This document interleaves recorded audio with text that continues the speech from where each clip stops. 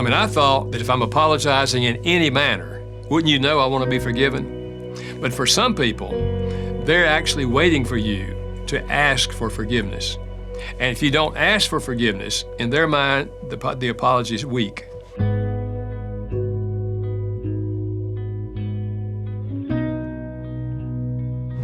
All right, Gary, I want to dive into your book, The 5 Languages of Apology. And I want you to explain to all of us what each of these languages sounds like, okay? So one of them is, I'm sorry. And you say that's the language of expressing regret. Well, you know, when someone is apologizing to us, what we're asking in our mind is, are they sincere? Because if we judge them as sincere, it's much easier to forgive them. And so what we discovered is that people have different ideas of what a sincere apology looks like. Typically, they learned it from their parents. You know, if the parent said to Johnny when he pushed his sister, "Don't push your sister, that's wrong, you tell her you're sorry." So he says, "I'm sorry." Well, he's 25 now, he's married. If he offends his wife, he's gonna say, "I'm sorry." But she had a different mother and father. She learned something else, and that doesn't register with her. Another language of apology in your book is, I was wrong. So that's different than I'm sorry. Yeah. You're saying I was wrong, and that is accepting responsibility. Why is that important? I think there are people, if you don't admit that you're wrong, to them it's not a sincere apology. Incidentally, this is the first step in teaching a child to apologize. A 4-year-old, a 5-year-old breaks a cookie and says, "It broke. It broke." And the parent says, "Honey, let's say that a different way. I broke the cookie." It's not a sin to break a cookie. We're just helping them accept responsibility for what they did.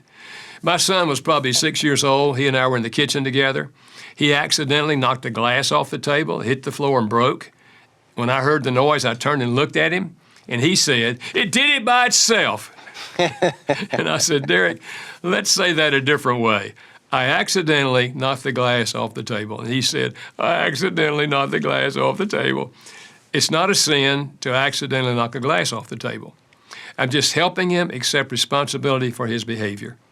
And so for some people, if you don't admit that what you did was wrong, then in their mind, it's not sincere. I think the other great thing about taking responsibility for what I've done wrong is that that gives me hope that I can fix it. This is my fault. This was my issue. That was my choice, and I can make a different choice. I can actually repent and turn this thing in the right direction with God's help. All right, next language is, how can I make it right? For some people, if you don't offer to make things right, then in their mind, you're not sincere. So this has to do with asking them the question, "Honey, I know I've hurt you deeply. I really regret that. But look, what can I do to make it up to you? What can I do to make it right?" For example, a husband may say to his, my husband may forget his anniversary, okay? Now, none of our listeners would do that, but let's just say he forgets his anniversary. No flowers, no dinner, nothing. And he's sitting there that night, looks over on the couch, and she's crying, and he says, "Honey, what's wrong?" And she says, "I can't believe you don't know what's wrong." And it dawns on him, I doubt that "I'm sorry, I was wrong" is going to hack it.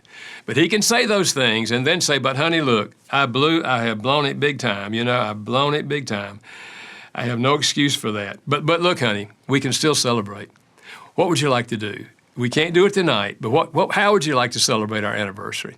She'll have an idea, little trip to Hawaii or something like that, you know. I don't know, Gary. I think he's still in the doghouse for a week.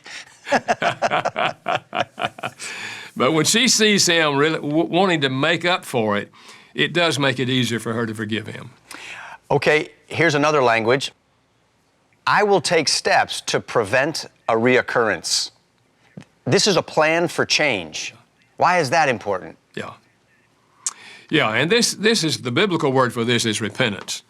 It means I'm going to turn away from what I've been doing, what I did, and I'm going to make every effort to change that behavior.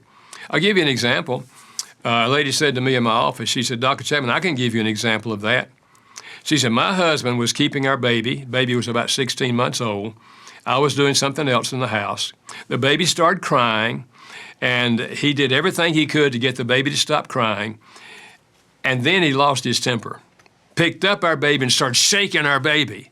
And when he did, she said, I grabbed the baby and said, don't do that to our baby. And I ran to the bedroom just sobbing. She said, he came into the bedroom. He asked if he could come in. He walked in and started crying and said, honey, I can't believe I did that. You know I love our baby. I don't ever want to do that again. Can you help me? Can we get a plan so I will never do that again? She said, Gary, I sensed he was so sincere.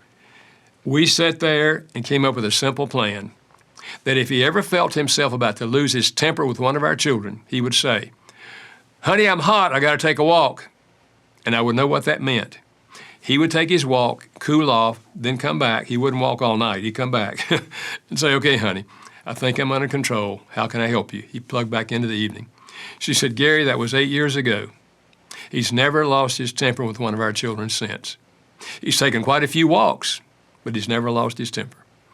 So she said, I sensed he was so sincere because he expressed the desire to change his behavior. And she said, that just convinced me, and I forgave him even though what he did was horrible. And then finally, the fifth language of apology, can you find it in your heart to forgive me, to give me another chance? You call that, requesting forgiveness. This one was not on my radar. I mean, I thought that if I'm apologizing in any manner, wouldn't you know I want to be forgiven? But for some people, they're actually waiting for you to ask for forgiveness. And if you don't ask for forgiveness, in their mind, the apology is weak. Dr. Thomas gave me an illustration on that one with her mother. Her mother had a friend at work, close friend for 15 years. And she said, one day I noticed she was kind of cold. So I said to her, is everything all right with you and me? Incidentally, that's the way friends talk. If you think something's wrong, you ask, everything all right? And she said, my friend said, you know what bothers me about you? You don't ever apologize. Her mother said, I was shocked. And I said, what do you mean? She said, you remember 2 weeks ago when you did da-da-da-da-da? And she said, yes, I remember that, but I told you I was sorry. And the lady said, I know, but you didn't ask me to forgive you. And her mother said, I was shocked again.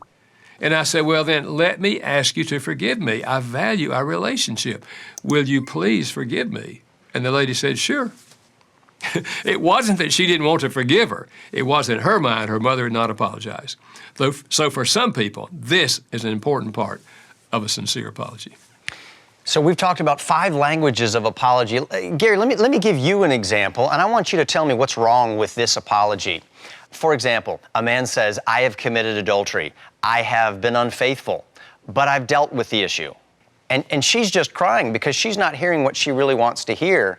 And then the response is, wait a minute, do you not forgive me the way God has forgiven you? What's wrong with that? He's preaching to her that she's got to forgive him, whereas forgiveness is a choice. And another factor is forgiveness does not rebuild trust. Forgiveness opens the door to the possibility that trust can be reborn.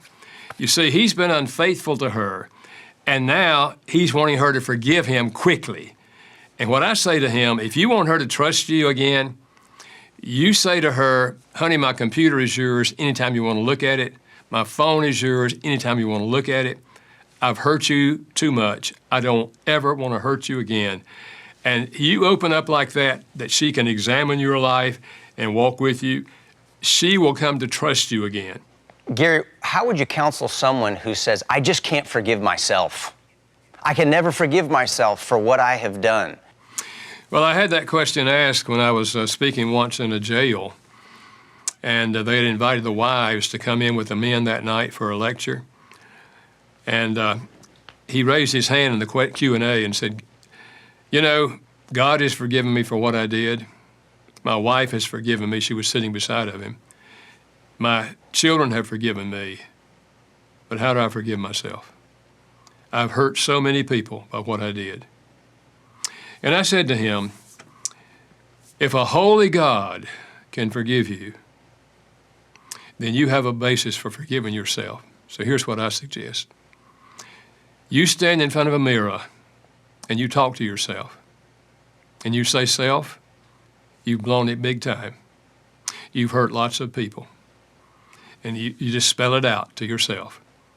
But you came to God, and a holy God has forgiven you, self. So I'm going to choose to forgive you. So, self, I'm forgiving you tonight. Again, forgiveness is a choice, not an emotion. He may still have deep regret. He may have deep pain at what he's done and hurt so many people. Forgiveness doesn't take away the memory of what you've done. It doesn't take away the emotions that come back when you remember what you've done. So you take those emotions to God and you say, Lord, you know what I'm remembering and you know how I hurt people, but I thank you that you've forgiven me and I've forgiven myself. Now help me to do something good today. And you don't allow the memory and the emotions to control your behavior.